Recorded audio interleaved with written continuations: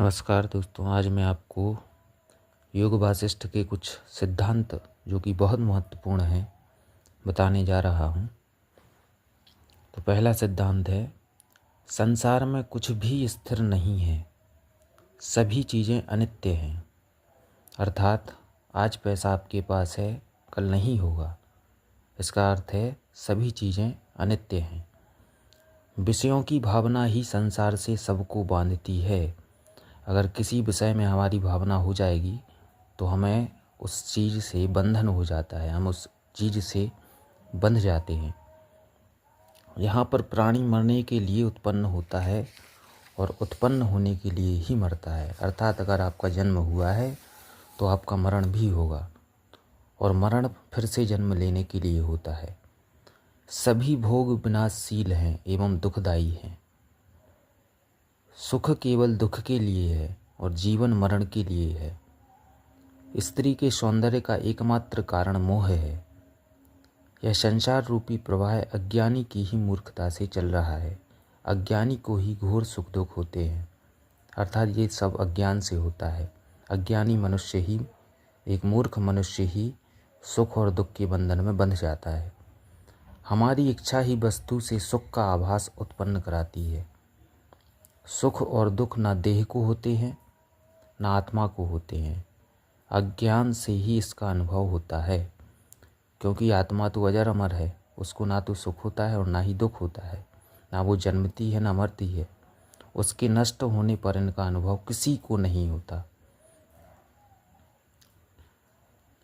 फिर है, संसार से पार होने का एकमात्र उपाय ज्ञान है। तप, दान, तीर्थ आदि उपाय नहीं है। यदि आपके पास ज्ञान है तो आप इन सुख दुखों से परे हो जाएंगे। सब दुखों का नाश आत्मानुभव से होता है। यदि आपको आत्मा का अनुभव हो जाए तो आपके सभी दुखों का नाश हो जाएगा। आप सुख और दुखों से परे हो जाएंगे, अर्थात आप समाधिस्थ हो जाएंगे। ज्ञान रूपी नौका द्वारा बुद्धिमान लोग दुस्तर संसार समुद्र से निमिष मात्र में ही पार हो जाते हैं। निर्वाण नाम वाला परमानंद ज्ञान से ही प्राप्त होता है। जिसने कुछ समय के लिए भी आत्मा में स्थिति प्राप्त कर ली, उसका मन भोगों में नहीं लग सकता। आत्मानुभव में विश्राम पाकर फिर हमको भ्रम में नहीं रहना पड़ता। हमारे सारे भ्रम दूर हो जाते हैं। यदि एक बार आपको आत्मज्ञान हो जाए तो आपके सारे भ्रम दूर हो जाते हैं। आत्मज्ञान के बिना शांति प्राप्त नहीं हो सकती। सब दुखों का क्षय करने के लिए पुरुषार्थ के अतिरिक्त दूसरा कोई मार्ग नहीं है। आपको पुरुषार्थ करना ही होगा। दुखों का क्षय पुरुषार्थ से होता है। जो उद्योग को छोड़कर भाग्य पर भरोसा करते हैं वे अपने ही दुश्मन हैं। जो कुबुद्धि लोग यह समझते हैं कि सब कुछ भाग्य के अधीन है, विनाश को प्राप्त होते हैं। दैव कभी कुछ नहीं करता। यह केवल कल्पना मात्र है कि दैव ही सब कुछ करता है। दैव मूर्ख लोगों की कल्पना है। बुद्धिमान लोग पुरुषार्थ द्वारा उन्नति करके अच्छे पद प्राप्त करते हैं। दैव की कल्पना कम बुद्धि वालों को दुख के समय आश्वासन देने के लिए है। पूर्वकृत पुरुषार्थ ही का नाम दैव है।